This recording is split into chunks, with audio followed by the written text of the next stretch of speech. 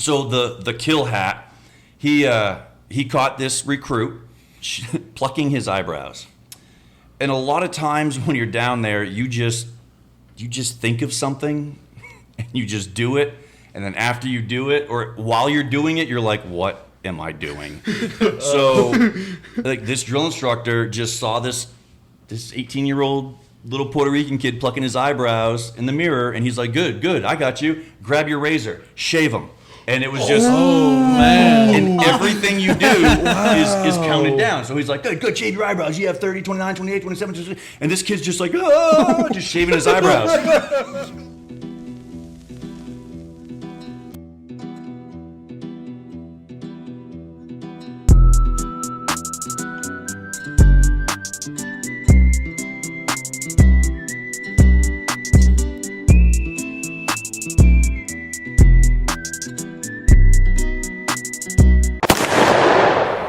What's up, guys? Welcome back to the Comment Podcast. Today, we got a very special guest that I'll let Brendan introduce. We appreciate y'all tuning into the podcast. It's another day, another dollar. Let's get into it, man. This is Mr. Shawn Potvin. What are y'all laughing at, y'all? I was trying to clap, bro. Like we always do. Hey, welcome to the podcast. Yeah. My bad. It's on me. I show up and I don't get an applause. No, we always do that, bro. Yeah, it's on me. It's always on him. Yeah, that's what I'm saying. Introduce me, Mr. Shawn Potvin. He was my team chaplain throughout high school. I have so many fun memories with him. After senior night football games, we'd go over to his house. He'd make pancakes, and I remember scrolling through all my Snapchat during football season every Friday night. I'll see memories with me and the boys. It's just sad, all the guys are all split apart. And I just think back to the good old times. We were sitting there on your couch watching the Blitz. The Blitz, which was like the show. It showed all the highlights of Swansboro getting whooped 72-0. Yes, sir. Swansboro Pirates. But I had great memories. You were what? 22 years Marine Corps? Yep, 22 years. Marine Corps. He enlisted 22 years Marine Corps. Now he's doing Fellowship Christian Athletes. What is your role in that again? You're the really area director. Area director. Coastal North Carolina area director. That's a nice name. That yeah, pretty I good. went from four schools to 4 counties. So wow. Kind of grew. Let me tell you, this guy, we did this thing every Wednesday morning. He'd come to our weight room, and we would do a Bible study. It was like 6:45 a.m., but it was so cool. He'd make it interesting. We're all tired, and we're just like, oh, okay. Hey, who was that guy that always showed up late because he couldn't wake up? It's probably Brendan Lawson. It was. Did his name. Bingo. Yeah, but I've only been late one time to football, so there you go. Yeah, it's okay. It's fixed me a lot. In college or high school? College. That one day I was late to practice. Oh, yeah. Yeah. You were literally 30 minutes. You know what's so funny? I remember watching you run out so clueless. I got destroyed after. Oh, I'm sure. Like I'm telling you, my coach, he took me. We did some bear crawls. So it was so hot outside. My mom doesn't know about that because she knows now, bro. Now she knows. Now she knows. I was too embarrassed to tell her that. Yikes! But what a weird way to find out, Mom. So, Mr. Shawn Potvin. Yeah. All these 22 years. How did it all start? So I don't like to think about it, but my parents, I'm sure it was a wild Friday night when they got together. And then I was born 9 months later on May 8th, 1979. So after that, fast forward to high school. When I was in high school, I liked high school so much that I did 5 years instead of 4. And I had a good time. It was a good time. I've learned a lot. So no, it was...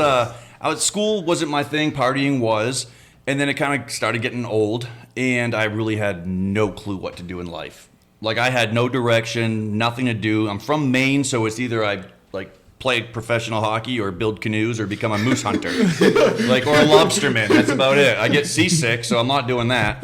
But, no, so I didn't really know what to do, and I heard some other guys talking about they were going to join the Marine Corps. So all of a sudden, when somebody asked me, hey, Shawn, what are you doing after high school? I didn't know what to say. So I'm going to join the Marine Corps. And I got some laughs. And then I kind of just stuck with that. Like, hey, I'm going to join the Marine Corps. Nobody thought I could do it. So I just something that started eating at me. And it was like, no, I can really do this. So joined the Marine Corps. It was actually 4 days after I graduated. Found myself on a plane heading to South Carolina, Parris Island. Yeah, it was Yeah, rough. that's crazy. Yeah, and it's just like you see in the recruiting commercials, like they sit you in a chair and they're not gentle about it. It's just they take clippers from your forehead down to the back of your neck, and they just go. Wow. And, yeah, it is today. yeah. And I mean, it's some kids, like you see little blood spots on their head, and you're just like, oh my gosh, I'm so scared, and everything's going a million miles an hour. You don't know what's left or right, up and down. You just everything that you've ever known has been wiped clean from you. Wow. You suck at everything. You're not fast enough. You're not loud enough. You can't do anything right.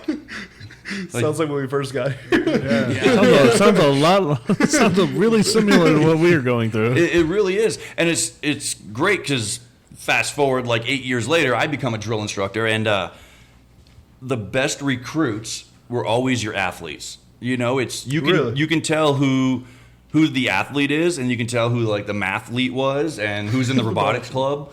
Hey, there's nothing wrong with that. No, for we sure. need some technology on sure. the front lines of the the war. 100%. But you can definitely see who the hungry meatheads were that they would take on the challenge and just go with it. So They always call me meathead because I lift a lot. yeah, I mean you're a meathead. Like I mean, I'll take it. Yeah, Be proud of it.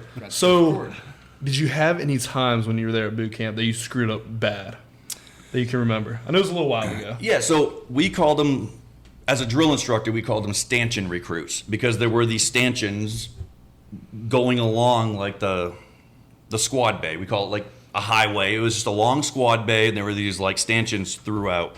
So a stanchion recruit's somebody that you really unnoticed. You just do what Okay. you're told. You're not a superstar. You're not horrible. And that was kind of me. I didn't stick out until a buddy of mine who was already a Marine. He graduated in 4 years, and it took me 5. So he was already in the Marine Corps, and he was stationed in California, and he sent me a postcard. It was very nice of him, except it was this half-naked man in a little like thong laying down on the beach, and it said California, and everything that he wrote on the back was very inappropriate. Okay. And the drill instructors destroyed me for it. I had to do push-ups. Every time I went down, I had to kiss the postcard. And yes, I had to scream "Ain't it great" in '98 because I came in the Marine Corps in 1998. That one was bad. So I didn't really mess up. For sure. But he knew exactly what he was doing, and he got me. So is that a key if you're going to the boot camp? Just be the guy that's just kind of Yes. there. Yes. You don't want to stand out. Exactly. You Yeah. really don't want to be known or seen or noticed. You just want to do what you're told and don't mess up. And it's everything I feel in life. Success in life is if you just do what you're supposed to do. Yeah. Like that's it. Like for you guys football players. Okay, if coach says, "Hey, you need to know this in the playbook," just know it. No, I mean, he's for not going to sure. get mad at you. For sure. Hey, be at practice at 6. Well, if you show up at 5:45, you're not late. For sure. You show up at 6:15, you're late. You know, Yeah. just that's life. If you just do what you're told, well, I'm getting ready to drive home. Well, I'm not going to speed.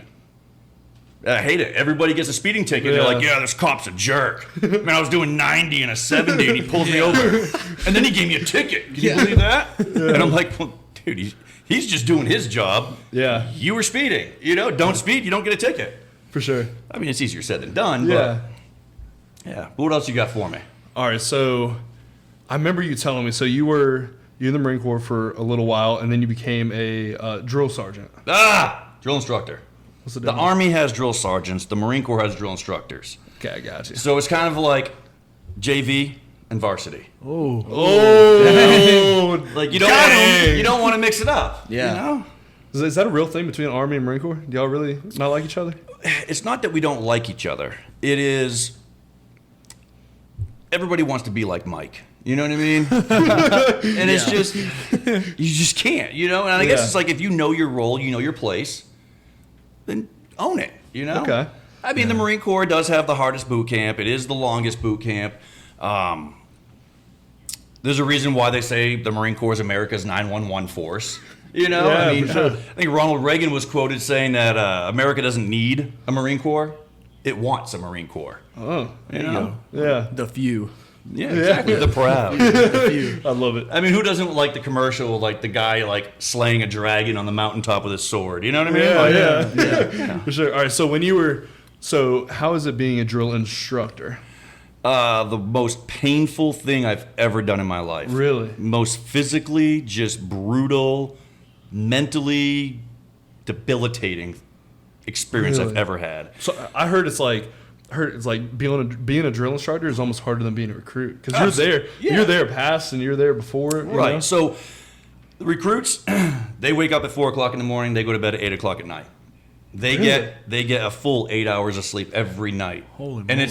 And in like they call it the RTO, the recruit training order. It's like our SOP. It says in there that recruits will have 8 hours of uninterrupted sleep. So you cannot, when the lights go out, you're done. But the drill instructor, he's still awake. He's still walking around because that's when recruits want to sneak off. And the best part I love about being a drill instructor is recruits think, it's just kind of like being a parent. Like, you guys really think you invented stuff. You think that you're the first one to ever skip school or sneak out. No, I did it too. So you're not fooling anybody. For 5 years. Exactly. 5 years. So I'm better than your parents, all right? But no, so recruits, they think that they're the first ones to ever do this stuff. Well, no kidding. When I was a recruit and the lights went out, well, yeah, that's when I like grabbed my little notebook and went in the bathroom and I sat down on the toilet and I was writing letters home, you know? So guess what I'm going to do as a drill instructor? I'm going to wait 30, 40 minutes and then go, you know, we call it the head. Going to go in the head and catch recruits doing that stuff. I will say there is a different culture between, 20 years ago when I was a recruit to what recruits do now, where we would actually we've caught a few recruits plucking their eyebrows in the mirror.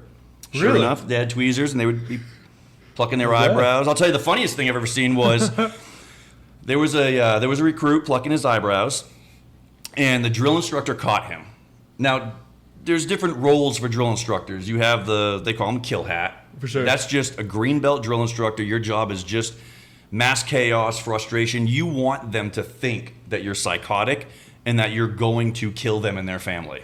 Like that's the part of the process. Yeah. Wow. But with that, you have the experienced drill instructor who's kind of like your big brother.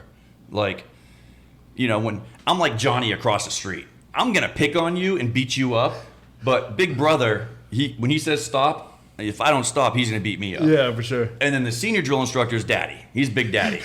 He just stands there kind of with his arms crossed, and he watches the madness. And he's like, it's kind of like we're pit bulls, and he's just holding the leashes. For sure. And he's just kind of like, okay, I'm going to let you go.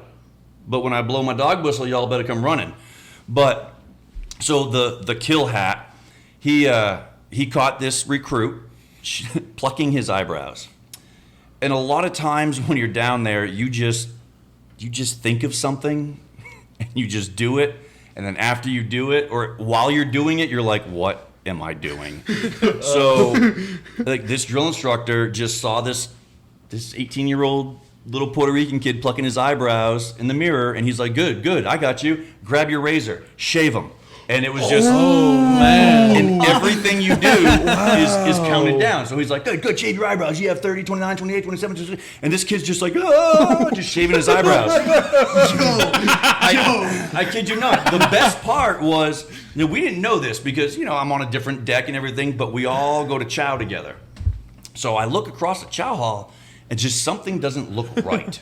Like, have you ever seen a man with no eyebrows? No, I haven't. Actually, no. Yeah, it's just something doesn't look right. Because it's like, it's extra white because no sun got there. Yeah. And then, like, the color in his eyes are, like, really prominent. And you're just kind of, like, looking at somebody, but you don't realize he doesn't have eyebrows. You're just like, wow. You're like, what is wrong with him, It's just something weird. So, finally, I call, I'm like, hey, dude, what is that dude's problem? He's like, bro, I shaved his eyebrows last night. And I'm like, what? He goes, he was plucking his eyebrows, so I just made him shave them. And I'm like, dude, you're going to get in so much trouble. So he's like, what do I do? And I'm like, I don't know. You need to figure something out. So he takes him back to the squad bay. He had this kid draw on eyebrows with a Sharpie. I kid you not. This kid drew on eyebrows with a Sharpie. Jet black. I'm telling you, horrible. It would blow your mind the amount of things that I have seen on Paris Island. That is hilarious. Oh my gosh. Here's another one for you. Every Saturday, this is as I moved up. I was a series gunnery sergeant, chief drill instructor. Okay. So I was in charge of 3 other platoons worth of drill instructors and recruits. And I had a captain with me. He was the series commander. I was the series gunnery sergeant. We're like that command team, just making sure everybody's doing what they're supposed to be doing. For sure. Well, every Saturday, we have to do a hygiene inspection. Now, every night, the drill instructor does a hygiene inspection. Every Saturday, the captain and myself would do the hygiene inspection. And really, you're looking for, these kids, they just want to be a Marine. So a lot of times, like MRSA is a big thing. Sand fleas are horrible down there. Okay, So gotcha. they're scratching all the time. Well, they're dirty. They have dirt in their fingernails, and then now it gets infected, and it's little things like that. So they actually have to. I mean, a lot of them, it blows your mind where you have to teach them how to wash because you're getting all walks of life from east of the Mississippi River, Maine to Florida, all thrown into a platoon. And some kids have never been told that they need to clip their toenails. I mean, you've seen kids with like Frito-Lay chips, just like, it's disgusting. You have to teach them that stuff. So every Saturday we were doing the hygiene inspection, and they wear their little tidy whities, and they have this little routine. I stand in front of them, and they have to put their fingers out like this so I can see their fingernails, and they have to say, I forget it verbatim. It was like, "Good morning, sir. Recruit Lawson has no physical, medical, or mental problems to report at this time." And I would just say, "Flip him." He'd flip his hands. And I'd be like, "Down." He'd drop his hands. I'm like, "Turn around." And he would turn around in a circle, but he'd have to like show us the bottoms of his feet to make sure he's not like blisters are a big thing. Okay. Because some kids just never wore boots. And now they're running everywhere. So you're seeing blisters where, okay, now it breaks open, it gets infected. So it really is to take care of them. Well, this captain and I, we used to try to make each other laugh in the presence of recruits. Now, I've been doing this for 2.5, 3 years now. Being a drill instructor, I have my composure, I have my demeanor. This captain has no clue. So, no kidding, I see this kid. It looked like silly putty. Remember like the tan kind of silly putty? It looked like silly putty was stretched over and like stuck to where his belly button would be. I don't know why, but I was just looking at it, and I'm like, what the heck is that? So I call him over. I'm like, "Serious Commander, sir, you got to see this." So he comes walking over all serious, and he's just like, "Yes, Serious Gunnery Sergeant," because he knew I was going to try to make him laugh. So he's like extra like, "Yes," and I'm like, "Sir, this young man has no umbilical cord. He was born in a petri dish," and he just lost it. Little things like that. I had a kid that had 6 toes on each foot. Really? He had an extra little pinky toe. And you see kids with webbed feet. Webbed feet's a big I've thing. seen that before. That's So, cool. I call it bullcrap. He's trying to cheat in swim qualification. He brought flippers. So little things like that. I mean, you see some wild things. Because you have to qualify in the pool. Yeah. This dude's cheating. I mean, come on. I think those now. are kind of cool. I don't know. I mean, if you're a swimmer. Hydrodynamic. You're a swimmer. It's hydrodynamic. Yeah, exactly. Yeah, man. I've seen some wild things out there. I've got a question. What's up? Have you ever jumped out of an airplane? Yes, I have. How was that? Amazing. So So, was the ride up scary? I'm paranoid of heights. Paranoid. So, I was actually I was at MARSOC, so it's Marine Corps Special Operations Command. I didn't eat snakes. I wasn't one of those cool dudes like that. I was just your average infantry guy, but I had to go there, and I was a company gunnery sergeant. But really, my job there was scheduling rifle range, pistol range, and their fitness tests. Okay. That's it. It was nothing special. But while I was there, because those are the guys that jump out of the plane all the time, I've always wanted to do it. And I just kept hounding this one guy, and I was like, "Dude, I got to do it. Well, as I'm getting ready to leave and transition to another unit, I told him, I was like, "Hey, man, you know that $10 you're going to throw in for my little going away plaque?" He's like, "Yeah." I said, "Keep it." And he's like, "What?" And I said, "You're going to hook me up, and I want to go tandem. We tandem, you're strapped to another guy." Yeah. And he was like, "All right, I'll see what I can do." Well, sure enough, he comes up to me. He's like, "Hey, I got you a tandem jump." And I'm like a little kid. I've always wanted to do it. So he told me, he said, "But I did better for you."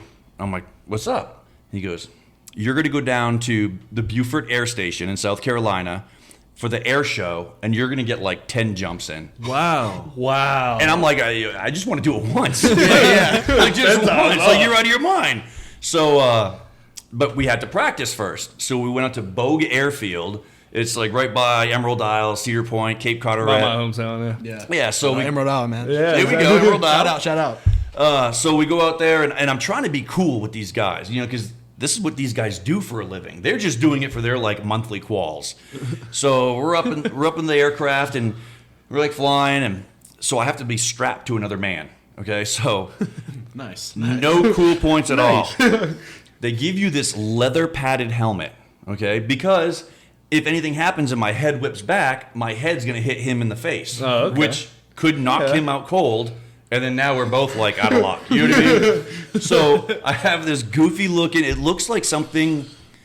You guys ever seen like the Mickey Mouse where they played football and Goofy wore that? Okay, yeah. It was like Goofy's football helmet. It was just like, and it came up to like a cone almost at the top. So it was like horrible. And then they give you these like plastic little goggles. Like all the other guys have these like just high speed looking, you know, goggles and stuff. I have like the plastic throwaway ones. So not looking cool. I'm 6'3", okay? The guy I'm strapped to is probably like 6 foot. So I'm strapped to him, but now really I'm just like holding a squat until it's like, till we go out. So this guy knows I'm paranoid of heights, doesn't want me to look out, because if you're looking out, you're seeing Emerald Isle. You see the water, the ocean. So he's like, So lucky. he's thinking like, well, I don't want to freak this guy out. So he's back to the opening of the aircraft, and I'm looking at everybody else.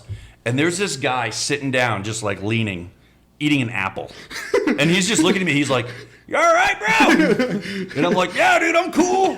He's like, "You're shaking."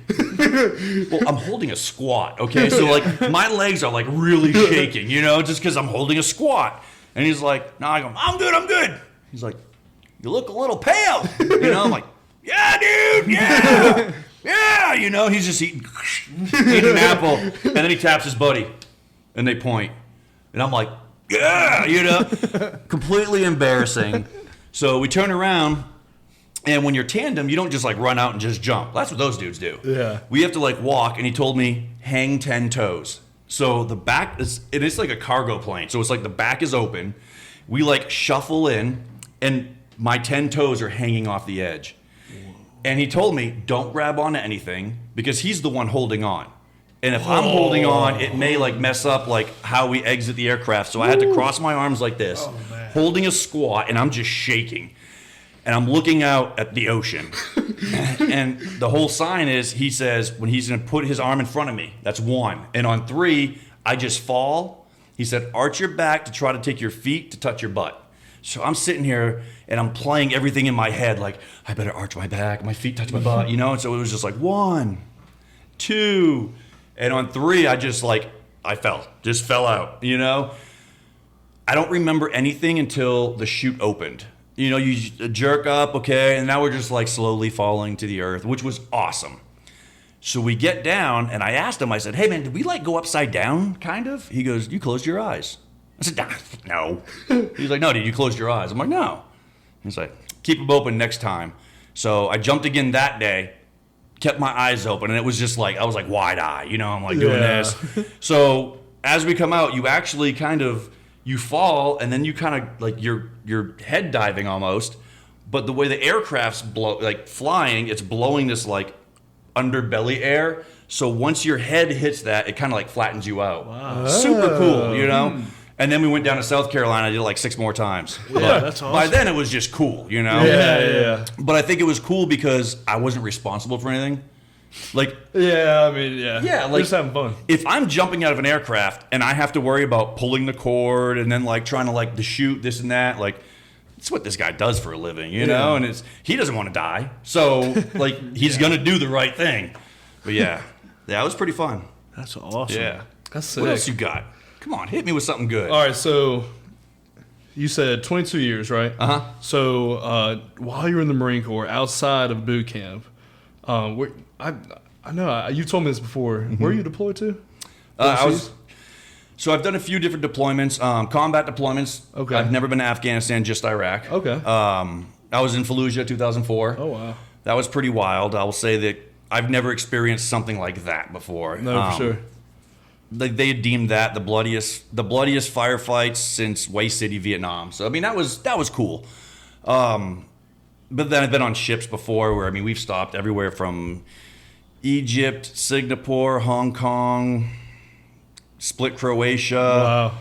I mean, I can't even tell you. Italy, Greece. I mean, a ton of countries. Have you seen anything funny while you're over there? Just some like random like citizen of another country looking at you funny? Well, I mean, personally, I'll be like, oh, look at this guy. Like, think he's I don't all want to be big and rude bad. here. I don't want to be rude, but I am a proud patriot. So I I will think say this: I guarantee none of them are listening to this podcast. Right. I guarantee you that. Good point. Yeah. But I will good, say, you're like, personally, I think anybody that doesn't live in America is weird and funny looking. You know, I think Yeah. I'm pretty picky with food. I don't like to experiment with food. So, Okay. like, all my buddies are like, oh, I just want to try their cultural dishes and things like that. And I'm just like, no, I just want Church's chicken, you know? Like, I want Bojangles. Like, Yeah, you know? yeah. So, like, but I would be with all these other guys. And I don't know what they're called. Like, the meat spinning around, they shave it, like the gyros or something. Yeah, Yeah. I know what you're I talking actually about. love Mediterranean food. Yeah, it's actually Mediterranean. great. See, no, I can't do it. Mediterranean food? No. It's Like, fire. we used to have Santorinis, Yeah, the Greek yeah. plate. No, horrible. Really? Yeah. Dude, I love that Like, stuff. we would go there, and the family loved it. The chicken tzatziki, whatever. I would just get, like, Yeah. I'd tell them I just want chicken and kebabs. Like, that was it. Really? Yeah. Like, I don't do all this goat cheese and the olives. Dude, that, yeah, I'm I don't know if they're olives, black everything olives or else. green olives. They're like brown or Yeah. something. Yeah. Dude, they're I good don't, though. I don't like olives. Yeah. That's crazy. The hummus is good. Hummus is good. Yeah. No, it's horrible. It's What is like- hummus? What is it? I don't know, but I it's don't good. know, I think it's it's like good. it's like oil and like chia seed or something. I don't It's know. paste. Like, it is just paste. paste. It's Don't- good just paste. don't I'll ask. even See, eat it. You can't see, eat anything that's The pasty. only good substance that's like hummus is palmetto cheese. I do like That's that. Okay, now I will tear up some. Yeah. Yes. Yeah. It has grown on me since I've been here, like at NC State, but like palmetto cheese, it's the Yes. best. With just straight crackers Yes. and like, yeah. That's it. Like, That- that's like that a is Sunday, it. like, I'm going to watch football. Yeah. I'm going to crush a tub with like a whole box of like crackers. Oh, yeah. I'm retired now. It's just like, I don't have to watch my weight anymore. Loki Yeah. sounds I so will say, gross. in Australia, they have this stuff. Y'all can look. I want you to look it up later. It's called Vegemite. I've heard about I've heard that. of it. Oh my! It's horrible. What is it? I don't know. It's like Paste. stuff they put on like crackers. and It's like stuff. hummus in a Yeah. tube. It's like Australian hummus. I It's guess. horrible. It looks like Horrible. calamari a little bit. Yeah. Looks like It's fish horrible. eggs. Try it. Okay. Get it on Amazon. yeah, I and will. I- It's so and I bad. want You gotta guys to eat it try right now. Make Next sure you- next episode, we're gonna have us in Yeah. there. Yeah, And taste I'm gonna get a test, video. I'm gonna send one to you, and I need you to send Yes. me a You video. have to eat the entire tube. No, I Like, can't do all like that. when we were on ship, guys had bought some that we got back on ship because you only go to each port for like 3 days or something. Some guys brought a tube back, and then the next thing you know, Marines being Marines, just bored on a ship. They're like, dude, snort a line of Vegemite. And like guys were like snorting Vegemite. That stuff's horrible. It's horrible. Did you ever do that? No, I didn't even eat it. Never mind snort it. Did you ever participate in one of those dares? Like just when you're bored? Not really dares, but a lot of the stuff is just like, hey, dude, bet you can't do that. I mean, I guess that's a dare, but it was just like Yeah. little dumb things. But it was never. There are some, but the biscuit. I mean, if you guys don't know about the biscuit or the MRE cracker. Yeah, last one eats the cracker. But so I never did crazy stuff like that. Yeah, so I've never done stuff like that. But yeah, so I mean, there is. You gotta cut that. We're gonna get demonetized. But I brought you a golden potato head. Come on. True. Hey, for y'all who haven't like heard the last episode, we brought this up. I don't even know why. It just kind of showed up in our conversation. We're like, We were talking Somebody- about that. We were talking about that golden Humpty Dumpty. No, it was like somebody stole a Humpty Dumpty on a Yeah. toilet. We were talking about like the golden like Humpty Dumpty on yeah, a it was in our toilet. like crazy story segment. And we're like, it'd be so cool if we had that for the podcast, and we'd put it on the table. And we said, if anyone wants to bring it to us, Yeah. This so, guy, he man, brought it. walks We got in it. with it. I'm So like, I was like, Brendan sent me the podcast. Yeah. I'm in Walmart, and like I looked like one of those nerds where I can never walk around with a little like the earpiece, like, so you can talk. But I was driving to Walmart talking to my dad, and I'm like, all right, see you later, Dad. Hung up. And then I just pushed play on the podcast, and I'm like, okay, this is kind of catchy. So I'm in Walmart, walking around, listening to you knuckleheads, talking about what if it was solid gold? Dude, that'd be our mascot. It's our mascot. Like, if any listener wants to donate, and I was just sitting there in Walmart, I'm like, Mr. Potato Head. And then I found it, and I was just like, it has to happen. That's awesome. Oh, So now you have a golden Mr. Potato Head. It's so crazy. I met you like a couple minutes ago or whenever it was, and you just gifted it to me. Yeah, it was just like, hi, I'm Sean. Like, this is about to be a banger podcast. I knew the vibes were right. We're ready to go. That's so sick. That's amazing. So you've been all over the world. Where were you stationed inside the United States? So my first duty station, leaving Maine, first time really away from home, they say Southern California. Oh, that's pretty. Exactly. I'm thinking palm trees, Southern some nice Cal. blue water. Yeah. I'm going to learn how to surf. Nice. No, 29 Palms, California. Okay. So it's about 3 hours from Vegas, which sounds great, but it's 3 hours of just desert driving. It's horrible. Good Lord. You pass going from 29 Palms to Vegas. Excuse me. You pass through Amboy. Okay. Amboy, sign says population, I think it was like 7. What? Apparently, allegedly, Charles Manson is from Amboy. Oh, wow. There's been a ton of horror movies filmed in Amboy. The diner is called like Roy's Diner or Roy's Diner and Truck Stop or something. Look it up. It's crazy. It's creepy. Really? Yeah, it's wild.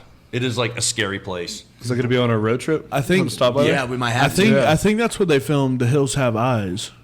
It could be. Have you ever seen that movie? No, the no, I one where haven't. they're in like the desert and like the nuke goes off and there's like those like mutated people and they're like No, I haven't this seen that. family breaks down in the middle of the desert and there's like this diner kind of like what you're describing. Oh, It wow. might be. It might be. It might be. where It's they like the filmed old, was it the historic Route 66? Yeah, I Yeah. think that's it. Yeah. Yeah. It probably Really? wasn't like a nuke that went off. It was a meth lab probably that exploded. Meth lab. Yeah, Have seriously. you seen that? So 29 Palms is the meth capital of the world. It's crazy. You Wow. will look through the desert. I mean, Shout 'cause- out, Meth Hey, Capital. 29 Palms. 29 Palms. You're watching. So, Shout out Walter White, man.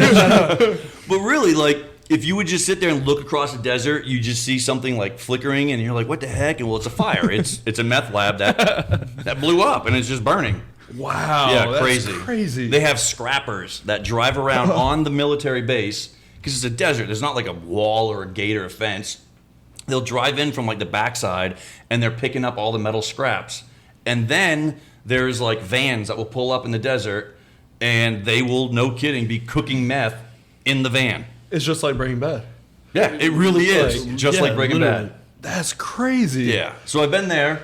Been there, done that. Wow, yeah. Also, San Diego area. So it's Camp Pendleton, maybe 20 minutes from San Diego. Okay. So that place was a good time.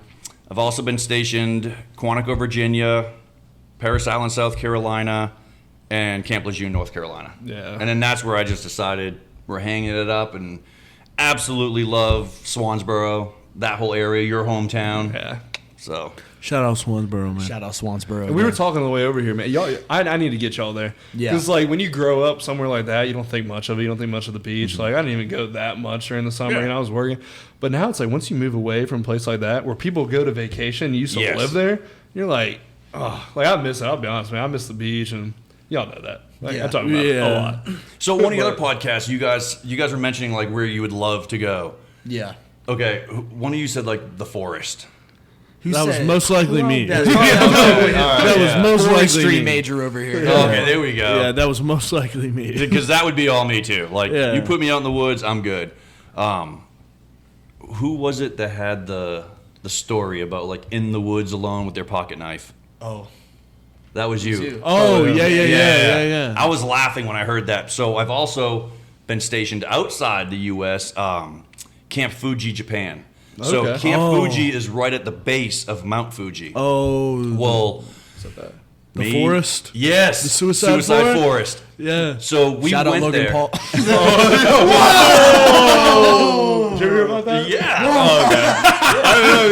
And it's like, Edgy. so you hear about it. Quirky. So we were like, hey, let's just go check it out, you know? So You were saying when you were out there, you hear absolutely nothing. No, it was quiet. Like some like predator. I've been some places before where you hear nothing. Suicide Forest, you truly hear nothing. Like whenever you go in the woods, usually you hear like some like birds chirping or like squirrels rustling around. You don't hear that at all? Nothing. I didn't see any kind of wildlife. The weirdest thing was you didn't hear the wind. Because usually in the woods you can kind of hear the wind and the trees kind of moving a little bit. It was like 3 of us were standing there and you heard nothing. Like it truly was silent. Wow. And we were like walking around and it was kind of like jokingly like, hey, let's go to Suicide Forest and check it out. We just wanted to see what it was about, you know? But then when I hear, it was Logan Paul, right? Yeah. Yeah. Then I hear like, he goes not too long after I went and then finds something. And I was like, oh my goodness. Not to be ignorant sounding, Yeah. did you see any? No, nothing at all. Like really, it was just us walking yeah. through the woods. I mean, like, that's that's good. really You what didn't it was. see- Yeah. That's so eerie. Did you feel like there? No, There I was didn't feel any nothing kind of like- like weird spirit or anything, you know. And I'm not gonna say we were looking, but we were looking. You Yeah, know what I mean? It yeah, was just like we're in yeah. the woods. I mean, of course. Understandable just by Yeah. the name and Yeah. stuff. Yeah, we were like, I was just kind of like looking for clues almost. Like there was a hat. There was a hat on the ground. And Oh, we're like, yeah. Was it a? What's the thing from Toy Story that he wore? That's kind of too edgy. cowboy hat? No.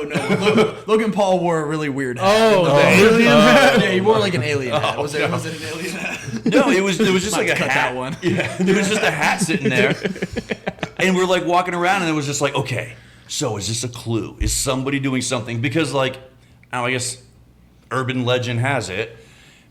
I guess March is something with their fiscal year, and the Japanese men, if they lose a lot of money, they go into Suicide Forest to kill themselves. Really? I did not know that. I didn't Yeah. know. Yeah, I didn't know that And either. because they believe like they're not like very strong Christians there. It's like this, I don't know, like a lot of like the earth and stuff. So they go there because it's supposed to be like a really peaceful place and whatnot. But when they go in, they like tie a string to like the bumper of their car, and then they just like run the string like unraveling it when they walk to their spot, so their family or somebody can find them. Wow. Yeah. I did not know that was Yeah. a thing. That's super insane.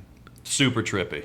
But as sad as that is. I think it's cool to, looking back at it, that you were there, you're able to experience kind of the culture there and that happening. Like, maybe not cool, but Yeah, you know. interesting. Yeah. Well, Weird. it kind of goes back to when you say culture. I like American culture, Dang and I'm right. kind of Dang ignorant a little bit Let's to it. go. Where I don't want to experience anything else. Right next to our base was a Japanese military base, Takigahara, and we got invited to go to their Mochi Festival. And I don't even know what mochi is, but it was like a bunch of us had to go there, public relations kind of deal, international relations. So we went there, and it was like a big, extravagant, like festival almost. Well, mochi is it's like wet beaten rice that they smush into balls. Really weird. They had this like wooden tree trunk, like a tree stump that was like hollowed out a little bit, and they like throw in just white rice, and they have a wooden mallet. And then they're like, come. Yeah. So I would like come up and I would smash this rice, and then I would bring the hammer back up, and this guy he had his hands in like a water bucket, and he would just like bring his hands up and then flip the rice over. So as I'm coming back down, I'm thinking I'm gonna hit his hands, but he's like so fast, he just like goes in with wet hands, flips it, and then I hit it. I think I saw that on TikTok. I Goes think back I know in, what you're talking about. And he keeps flipping it, but his hands are wet, so it's adding water. And I just keep hitting it with this big wooden, like Donkey Kong sledgehammer. And when it's all said and done, they like make little balls, and then they roll them in powdered sugar. But it's not like American powdered sugar; it's like unsweetened powdered sugar or something. Okay. No, it's basically flour. I don't know what it was. Yeah. But then then you eat them. Well, they give me this ball, and I'm like, oh yeah, and everyone's eating them, so I just grab it. I'm like, I miss America. And like, I couldn't swallow it. It was just like rolling in the back of my throat. Well, I guess a lot of Japanese people, like older people, they die, they choke and they die because they can't.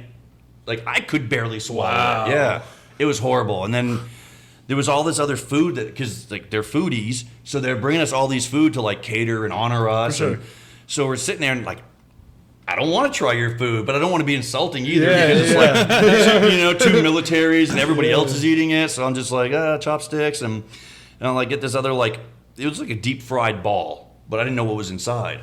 So like, okay, cool. So you start eating it, and then my son, crazy thing, my son's a Marine. I was at Camp Fuji. He was in Okinawa at the same time. So it was his 21st birthday. I flew to Okinawa to surprise him. Oh. Well, him and I just went out like in the town in Okinawa, and I see these on a street vendor, like a taco truck, but it was like these fried balls. So I tell my son, I'm like, oh, dude, you got to try those. Those are so good. And he's like, what are they? I'm like, I don't know, they're like little meatballs and like deep fried. That's so good. He's like, okay. So I buy them for him, and he's sitting down, and he takes this big bite, and he's like chewing, but it was hot. So he's like, and like, a piece fell out. No kidding. It was like octopus or squid on the inside, but you could see the little tentacle, like the little like suction cups. Horrible. Oh my lord! Like that's the stuff I can't do. Like Yeah. no. I'm not a big octopus. Yeah, my uncle lived in Japan for a year, and he came over to our house on Christmas, and he cooked all that stuff. Oh. Like he cooked squid in my house. Ooh. and Wow. It was the worst thing ever. Yeah, it's horrible. There is one good dish that he has, like a restaurant that he makes it now. It's called a konomiyaki. It's like a I cabbage think I pancake. met him in Japan. My uncle? No. No, Okonomiyaki. Oh, it's not a guy. That's a food. I met somebody with his name. Really? No. Konomiyaki's like a cabbage pancake, and they put like egg and stuff in it. That's the only That good sounds Japanese horrible. food. You gotta try it. A It's cabbage better. pancake. I'm not doing it justice. I'm not. I will definitely stick to Denny's and IHOP. All right. Yeah. Cabbage pancake with eggs on it. I know how bad it sounds. It's actually Yeah, I good. mean, It's actually good. I'd give it a shot. You'll eat anything. Yeah, you're right. Yes, sir, Brindog. yeah, Bryn Dog. Oh man. All right, so you had all these great experiences in the Marine Corps, and like we talked about before, you went from full-time Marine to full-time FCA. So what was that transition like? Why'd you go from Marine Corps to FCA? Honestly, so I will say my faith is the number one thing that was lacking in my life. I tried to use so many other things to just find joy or whatever. For sure. When ultimately I should have just turned to my faith. But I was at church, and Ken Lovell, who was the area director for the FCA in our area, went to the same church. He got up on stage one Sunday, and he's like, hey, Fellowship of Christian Athletes, this is who we are. This is what we do. If you're interested, come talk to me. So afterwards, and I had just gotten back from Japan. Yeah. And afterwards, I went and talked to him. I said, hey, man, like, I love Jesus and I love sports. Like, what can I do? And he's like, where do you live? I said, oh, Swansboro. He goes, awesome. I'm going to connect you with Swansboro High School's football team, and you're going to serve as like a character coach, which is like a chaplain. And I was like, cool, yeah. And I will say, your senior class was a very special class. I mean, a football team that loses 26 seniors. Like, you know what I mean? Like We had that. 28 guys on the team. Yeah. Like, seriously, that was a very tight-knit team. And the gentleman before me, Mr. Greg Biggs, he really kind of poured into you guys about Matthew 7:24, that your foundation is built on solid rock. Well, Jesus Christ is our solid rock, you know? And you know, in Scripture it talks about, you know, when the storm comes, the one that builds their foundation is built on sand. Well, the storm's going to wash that away. But whoever's built on solid ground, you know, those are the ones that withstand the storm. So seeing you guys do that, and Brendan asked the question, but now he's going to get a big head because, you know, I'm going to be truthful here. But there was the very first home football game. It was Swansboro against Dixon High School. And they were running like a jet sweep. The guy was running right towards our sidelines, gets tackled, clean hit, breaks his shin. Like his leg broke at the shin. The kid's just flopping around, just screaming. And it's the first home game. So stands are packed. And it's another local team, you know, just across town. So our like visitor side's packed. Everybody is silent, just looking at this kid. And it's kind of like my role, like as the FCA guy, to do something. But it was the first game. I really didn't know like my role, and I was just standing there in awe and shock. And I looked at Brendan, and I was just like, you know, Brendan's just looking at me, and I said, go do what you do, boy. You know, I didn't know what to do. I'm like, go do what you do. Come on, son. And then for those of you that know Brendan, okay, you know, oh yes sir. And he was just like, he just kind of like hobbled down the sideline, but he just told everybody, bring it in. And it was amazing to me to see a whole team listen to him. You know, everybody just listened to him. They followed him. They got in a circle, coaches included, and just, I mean, he's the one that said, hey guys, let's take a knee. We're going to pray him up. And I'm standing there, and my wife took a picture, and you can see like everybody's taking a knee, coach's hat's removed, and Brendan led the prayer. And like me standing there, I was just like, wow. Like when I was in high school, all 5 years, Yep. I would have never have done that, and not a lot of kids would have. And then fast forward a couple more weeks later, I see Ken again at church, and he'd asked, hey dude, how's it going out there at Swansboro? And you know, a term that we use for submitting retirement papers is called dropping papers. And I said, man, if I could do this every day of my life, I will drop papers right now. And he goes, well, we do have staff. And I was like, done. So, like, no kidding. Like, that week I went in and submitted my retirement papers and came on staff with FCA. And it really, like, your senior team just inspired me. It was, you know, I don't know how it was with you guys growing up. You mentioned you were involved with FCA, both parents. Yeah. But it was to see that many kids like publicly just professing their faith in Jesus Christ. It was inspiring because that's not something you usually see that often. I mean, just the Wednesday morning, you know, huddles, like guys are showing up to school early in the weight room. And it was like myself or Mr. Biggs would have a message prepared, or then I would just grab Brendan or RJ and just be like, hey, next week, you're leading. Oh, yes, sir. You know, and there's RJ or Brendan, and he's coming in, and he has like printouts, and he's handing things out, and it was just amazing. And then, so I see that, and I guess it's like me being from the Northeast, it's not the Bible Belt, you know, and then I just absolutely fell in love with it. And then I went from having just Swansboro football team to, okay, come on staff. Now I have Swansboro, White Oak, Lejeune High School, and Dixon. And I'm like, okay, 4 teams, four schools, all the sports teams at each school. Okay, this is all right. And then it's next thing you know, a year later, Ken Lovell, my boss, he gets promoted, and then they had offered me a spot. And originally I said no. Like, I don't want this. And it was really crazy. Still to this day, like, people ask me, like, oh man, that's awesome. You said it's awesome. I have 4 counties, like over 50 schools. It is awesome, but I am honest. I don't want to do it. You know what I mean? It's a lot of paperwork. FCA is 100% faith funded. So my salary is me going out, asking people, would you like to support this ministry? It's like a church pastor. For sure. You know, people tithe at church. Well, that pays the pastor. Well, if you're tithing at church, you don't tithe to FCA. So it's, you know, scripture says tithes and giving. So if you're going to give extra, you know, give to something good. So that's where it's hard for me. I don't want to deal with that. But what kills me every time is when I think about Jesus in the Garden of Gethsemane, when he drops to his knees and he's praying and he's sweating blood.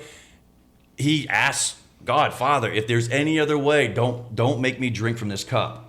But then he follows it up by saying, but it's not my will, it's yours. And that's really the one thing that hit me is I don't want to have 4 counties. I'm retired after 22 years in the Marine Corps. I don't want all that responsibility. For sure. I want to live by my pool, a retired life, you know, just drinking pineapple juice with a little flag or something, and then just look at my watch and say, oh, it's about football practice, and then just go and just pour into one football team. But it's not what I want, you know, and that's the one thing that, like, it just keeps always replaying in my head. It's like, there's a lot of stuff I don't want to do. And what was that one night, which we can cut this out if you don't want to talk about it. And you don't have to go into detail about who texted you. But if I remember, you said that you applied to the police department, and then you had a text or something like that, and that changed everything. Yes, so because you have to raise your own funds, my wife's looking at me, and she's like, well, we need a backup plan. Like, we have a house, we have a mortgage, we have, you know, I have 3 kids. Yeah, one's a Marine, but the other 2 are still living at home. And it's like, man, like, we do have bills, and like, I need to do something. So I applied to the police department. typical infantry Marine, no degree. I'll go be a cop, cop or firefighter. So I applied to Jacksonville Police Department, and I was flying through the whole hiring process. Like everything was just lining it up. And then the day I had my oral board interview, there was like 7 police officers sitting there, and then me, and they're just grilling me with questions. It went perfect. So I get in the truck and call my wife, all excited. I'm like, babe, I got the job. She's like, did you? I'm like, I'm going to. Like, these guys, I had them rolling. I'm one of them, so it was perfect. She's all excited. And I'm like, all right, I'm coming home. Hung up the phone. And I'm just driving home in silence, no radio. And then it hit me. I was like, wow, I am making a backup plan in case God fails. And like that one really hit me. It was just like, man, like why would God provide when I'm not trusting him? Like I'm making a backup plan. So came home, talked to my wife, and she was just like, oh, wow. But I mean, we need a backup plan, because that's the mature thing to do. Like you need to have a backup plan. Like you guys are in college. Whatever your degree is, and I will tell you, that's awesome. But have a backup plan. You know what I mean? Even though knowing what I know, I'm still, it sounds like the responsible thing. So that evening, we were like, all right, we're going to pray about it. And just like, what do you have for me, God? What do I do? And sometime in the middle of the night, because I didn't get it till the morning, I got a text message from one of the players. And it was this big, long text message. But in there it said, let me think here. I have not walked the path which was laid before me. He was kind of a philosophical type. And then he said, since you're still doing FCA, I would like to ask you to help me and hold me accountable. And then he said, if I ever say no, send this convo back to me. So, and it was like, so I woke up in the morning and I'm like tearing up. My wife wakes up. She's like, what's wrong? And I hand it to her and she's like, oh, there's your sign. It was like I was asking God, like, give me something. Like, what do I do? And then here's this high school kid saying, since you're still doing FCA, can you help me? And I'm like, I guess I'm doing FCA. So I called the police department that day and I said, please remove me from your list of prospects. And yeah, it was just, I think that it'd be time and time again, God has proven like what he said is true, and it's like, why should we doubt God when Jesus came, Jesus said he was going to, tear it all down and rebuild it in 3 days. He was crucified, died. There's proof that he died. He was locked up in a tomb. Yeah. And then 3 days later, he rebuilt it, For sure. And that's what I love about like what happened in those 3 days. And I think Mel Gibson, he's the one that directed Passion for the Christ. Yeah. And I guess there's talk about him like making another one about what happened in those 3 days. Yeah, and I saw some interview. He was talking about it. I never thought about it, but Mel Gibson said a lot could have happened in those 3 days. And they talk about like Jesus going to hell, defeating Satan, and taking back the key. So it's like that would be a great movie. No, for sure. Yeah, Mel Gibson, if he's directing it, it's like, I mean, bring Clint Eastwood in there too. Why not? For sure. But yeah, so I think it's like if I could tell you guys something, it would just be don't ever doubt. Don't doubt God. And you can cut this out if you don't want to hear it, but I'll tell Brendan all the time. Brendan was a thick guy that played football on the line in high school. He didn't have, and I said it tonight earlier, he wasn't on some kind of like QB1 or some ESPN top prospect and all this stuff. I mean, well, look at it. Which Manning is it now? It's Peyton and Eli's nephew. I don't know. Arch. Yeah, Arch. Like this kid's like what, number 2 prospect in the country? Yeah. That wasn't Brendan. And I love Brendan's story is not a single college like was beating down his door. But he had a goal and he's like, no, I want to do this. Took a semester off. I mean, doing 5-a-days in a gym with like chains wrapped around him and stuff. Like, and then all of a sudden, like, we're seeing him, like my family's like, Dad, did you see Brendan? I'm like, no, what? And they're showing me like TikToks and Snapchats. And I'm like, dude, he's huge, He just put in the work. It was like working a full-time job, slaying himself, shows up, just tries out. Like, who does that? You know what I mean? Like, he kind of gave me hope. Like, I may come next year and try out. You know, You should. why not? Yeah, You 4 know? years, I don't know what I'd do, but I'll be a kicker. But no, it's like his story is just amazing. And I told him tonight when we were in the locker room, I said, you didn't get here by your own. Like, God placed you here for just a larger platform. And that's really, truly what I think is just, it's his plan. He already knows what we're going to do. We just have to obey him. But, yeah, so that was, like, kind of why I just stuck with FCA and just kept pursuing just, all right, God, if this is what you got for me, I'll do it. I don't want to, but I'll do it, so. No, for sure. Yeah. Sure. And how can people reach FCA over social media? So I don't know this area. I would say for anybody here local in Raleigh or any of the students at State, Al Bird, Coach Bird. Yeah. He is, Coach Bird with the football team, but he is FCA staff. Sure. He is on staff with FCA. So I don't know. Hit up him, and he could probably tell you all the socials. I know for us at Coastal NC, it's just at Coastal NC FCA. So, and to be honest with you, like my daughter manages the account. Really? Yeah, I didn't know that. Oh, yeah. Awesome. Yeah. Because I don't have any social media. So when they're like, "Hey," when I became the director, I have to manage all that, and I'm Sure. like, I don't know what to do. Yeah. So I talked to my 20-year-old, and I was just like, "Hey, can you do this for me?" She's like, "Just tell me what to send." So Sure. I'll like type things up in a text message, send it to her with a picture, and then she posts it. And I know Facebook, that really is geared towards people my age. Yeah. Like when we post things on Facebook, that's really like us trying to hit up donors to support the ministry.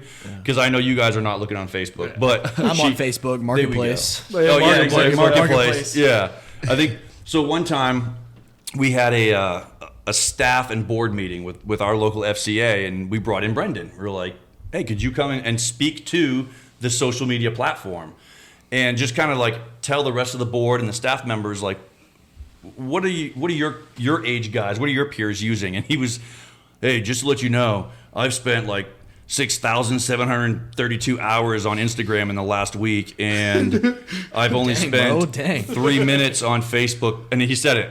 "That's only because my grandmother commented on something, so I liked it, and then I commented back." So it's like, okay, cool. But then Instagram at Coastal NC FCA. I'm trying to get more and more stuff on there. We do have our banquet coming up, and we're using. I mean, it's COVID, and some people are iffy on it, so we are going virtual again this year.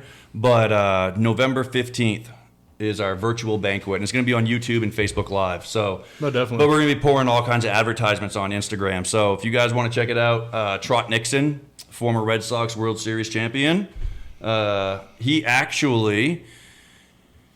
was supposed to be quarterback here at State. He showed up in the summertime, and then he did all your summer workouts, but then he got drafted, first round draft in the 1993 draft for the Red Sox. Wow. So he ended up never played a game for State, but I'll give a shout out to his son, who's a freshman here at State and on the baseball team. So Oh dang. yeah. Well, Yeah, shout so I think out. it's pretty cool. Yeah, I think it's pretty cool that that's some good stock right there. Yeah. So Definitely. yeah. And for any of y'all who are watching or interested in getting involved with FCA, I can contact you with Al Bird, or you come through me, because I kind of like help Coach Bird out in some weird way. I don't know. That's awesome. I'm part of it. I meet with him about it. So if you guys have any questions about FCA, DM me, DM the Common Man Official, and we'll get you set up and connected. So As well as one way you can reach Shawn, because I mean, I'm sure people have questions. Yeah, about definitely. everything. Yeah. Can they DM Coastal NCFCA and your daughter absolutely. show to you? And Yeah, everything? so if you guys if anybody DMs Coastal NCFCA, my daughter's just gonna be like, "Dad, you got a DM?" She'll toss me her phone, and I'll just be like, "How do I reply?" You know what I mean? Sure, And I'll just for sure. Yeah, but definitely. And then if you DM, then I'll just tell my daughter, just give him my phone number. Yeah, for so sure. you guys can text me, call me, whatever. I was gonna say the one thing I love the most about FCA is, and it sounds kind of like a coined phrase or like a like a trademarked kind of thing, is we go in the trenches with you guys. Like for the public high schools, legally nobody can go into a public high school and talk about Jesus. You just can't. Not in 2021. But FCA being a student-led club, you were a student leader, and you led the club and said, "Hey, Mr. Shawn, we'd like to have you be our guest speaker." You Yeah, know, for sure. because you said that every single time I talked. But but no, I mean it was pretty awesome. Like post games, I mean, two teams after a game. I mean, you're trying to beat the snot out of each other, and then meet at the 50-yard line. Two teams holding hands, and I always had like maybe a 2-minute little message about the game, and then I would always call out, hey, Brendan or RJ or one of the other players, like, hey, close us out in prayer. That way there, it's the student praying with other students. No, I can sure. give you a message. That's easy. You know what I mean? I can give us a sermon right now about this podcast or Mr. Potato Head, And like false gods, golden calves, and golden Mr. Potato Heads, I mean, sure. we can make it work. Yeah. But no, that's the beauty of it. It's just, I mean, you guys can go to church and see somebody my age preaching. Okay, whatever. You'll shut me out in 2 seconds. But when you go talk to another student on campus that's going through some rough stuff, it's just, they're going to be more receptive to it. And it's going to be like, wow. Like, it's, I mean, not to get super like sobby and emotional on you guys, but on the way here tonight, like, it's only like an hour and a half drive, 2-hour drive. On the way here, my wife calls me and says, hey, just wanted to let you know, because I don't have social media, one of my buddies that I was in Fallujah with in 2004 took his own life. Wow. He took his own life last week. They found him this morning. So somebody posted it on Facebook, and she's friends with a bunch of my old buddies. So she told me about it, and it's just like, oh my goodness, like, why didn't you reach out to somebody? Things like that, where that's what you guys are here for. You know what I mean? Like, I don't know the statistics on campus or in the student population, but I can tell you that if you put like 3 people in a room, like out of the 4 of us, one of us is going through something right now. No, It's just that's life, and just being there for each other. And it's like I used to tell them all the time, like, when you see somebody at school, don't just be like, hey man, you all right? Because every time we see somebody that we can tell is going through something, we always ask, hey, are you good? And it's almost like we check the good deed box for the day, but you asked because something's not right. And then it's almost like you accept we accept the answer of like, yeah, man, I'm good. Okay, cool. Then you just keep going. No, reach out. Like, if I see something, like if Brendan ever comes over my house and isn't smiling and happy about something, I know something's wrong. Because he's always just like, or if he doesn't say sir. Like, Brendan will text me, sir, good morning, sir, Mr. Shawn, sir. Right, it's like a letter, punctuation and everything. Yeah, but it's just, that's his personality. He's respectful, he's courteous, he's happy, he's always, just Mr. Jovial, just Mr. Happy Guy.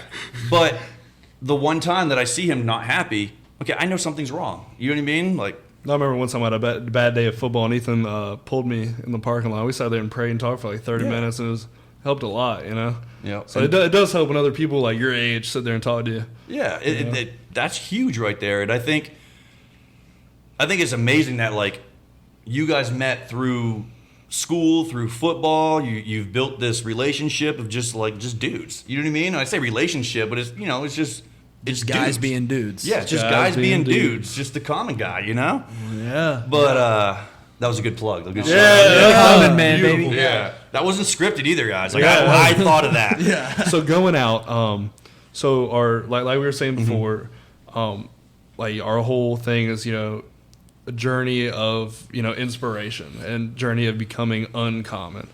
What is one thing that you could leave everybody with? Just like one thing. As a very knowledgeable man over 85 years of life, what thing? I don't think you got that joke. That wasn't that funny. Well, what is one thing you could leave the audience with? Okay, I'm gonna leave you guys with 2 things because I'm an overachiever. Okay. Okay, so Brendan already knows this because I gave this him knowledge. Guys, you're college kids. You're going to end up somehow at a party. Okay. Number 1, don't ever park in front of the house. Okay. Because when the cops show up, okay, now you have to get in your car. Nah. They're just waiting for you to like turn the key and pull you over for like driving drunk. Okay. So park like 4 streets down. Okay. Hang out around the back door, because when the door knocks and they're like, cops, you just don't, it ain't your house. Who cares? You just drop the cup and walk. just I'm not advocating drinking underage or abusing alcohol. We do not do that at all. But I am saying if you do find yourself in a situation where the cops are at the front door, I don't care who you're talking to, who you're hanging out with. Okay. And I told Brendan, don't run. He's a lineman. Don't run. Okay. Now the cops are going to laugh at you before they catch you. Okay. So don't run. You just drop the cup and just walk. Because everybody knows you're running. Okay, that guy's up to no good. Yeah. So you just walk. Just hang out by the back door, drop the cup and walk. Okay. Don't go upstairs. Upstairs, you're jumping out the window. Okay. Then you have to talk to coach about why you have a sprained ankle. You don't want to do that. Man. You know. Oops. But in all honesty, I will say that this is something that I would always tell my junior Marines, and I've told my son, I've told the football team, I still continue to tell every team that I come in contact with, and it's so simple. Nobody can ever fault you for doing the right thing. Mm-hmm. You may not be popular. People may talk trash. People are going to hate. Haters are going to hate, but nobody can fault you for doing the right thing. And that's really it. Like I'm not going to sit here and say save the planet, go green, but no, if you see a piece of trash on your way to class, just pick it up. Yeah. Like that's just what you should do. Just be a good steward of the world, you know? And it's just, if you see somebody drop something, well, just go help them and pick it up. It's little things like that. Just if you just do the right thing, like nobody can say anything bad about you. And I haven't always done that. And people have made comments about me. They're like, yeah, that dude's a dirtbag. Yeah, because I did dirtbag things. No, for sure. But if you're just always helping somebody, just doing the right thing, nobody can say anything bad about you. And it's just, you don't know what God has planned for you. So it's just like, this is a platform where you guys are at. I don't know where you're going to go once you graduate. You could join the military, law enforcement, you could be some neuroscientist or something. I don't know. But you may need somebody that you've crossed paths with before. And it's like, like I met you tonight, and if you become a cop, yeah, well, if you pull me over, we've had that great relationship where I'm getting a warning, Yeah. Because I brought you Mr. Potato Head. Yeah. For sure. But it's just like, you never know. And I don't do things for like a quid pro quo. Don't do things to get something. For sure. Just do things to be a good dude, and then somebody else is going to be a good dude to you. For sure. But yeah, definitely. Like, I mean, I don't expect, you guys are college kids. Like, you eat ramen noodles and stuff, but I don't expect you to pay for the guy behind you in a drive-thru. Yeah. But those are the things, like, I've pulled up at a drive-thru before, and someone's like, oh, the car in front of you paid. I was like, wow, cool. I'll pay for the car behind me. Yeah. And I've always wondered, like, how long does that chain Oh, go? yeah. Because who's going to be the one guy that's like, oh, that's super cool, thanks, man. No, for sure. Drive away, For sure. Like, man, I mean, just my luck, it's like the church van behind me, and I'm like, I'll pay for them, and it's like $300. So just look up in the rearview mirror before you offer. That's all I'll say. Like, I'll buy them a Happy Meal, and we'll call it a day. Well, Mr. Shawn, this was an absolute pleasure. Thank you. This probably, Appreciate you coming on for real. Yeah, like we've had interesting podcasts, but this one I think it just This one hits a little bit different. Yeah, this especially one's you got really Tater cool. on the table. Yeah, that's amazing. Yeah, Yeah, I we mean, got what's Mr. his name? Potato. He needs a name. I like Tater. Tater. I like Tater. Tater. Tater. I like Tater. Yeah, Jaden well, Tater. thank you so much. No, dude, thank you, brother. Thank Shout you out, for your Jaden. service as well. Yeah, thank you for your you. service. Thank you so much for your service. And yeah, thank you so much. I'm gonna spin it out. All right. Yeah. Guys, we really appreciate you listening to this podcast or watching it if you're on our YouTube channel. We really appreciate it. If y'all want to follow us, check out more of our stuff. Follow us at The Common Man Official. We are now on all platforms, Apple Music, Spotify, and any other weird place you'd like to listen to this. Let's go. Let's go. If you're on Google Podcasts, I don't know why, you need to just get a subscription to Spotify or Apple. You're being weird. Pay for it. It sounds better on Apple anyway, but we really appreciate you guys listening and supporting us. This is going to be a really good podcast, so I'm excited for when it's going to come out. You guys know the drill. The Common Man will rise. We'll see y'all next time. Appreciate it. See y'all, See y'all. boys. Thank you. Thank you, guys.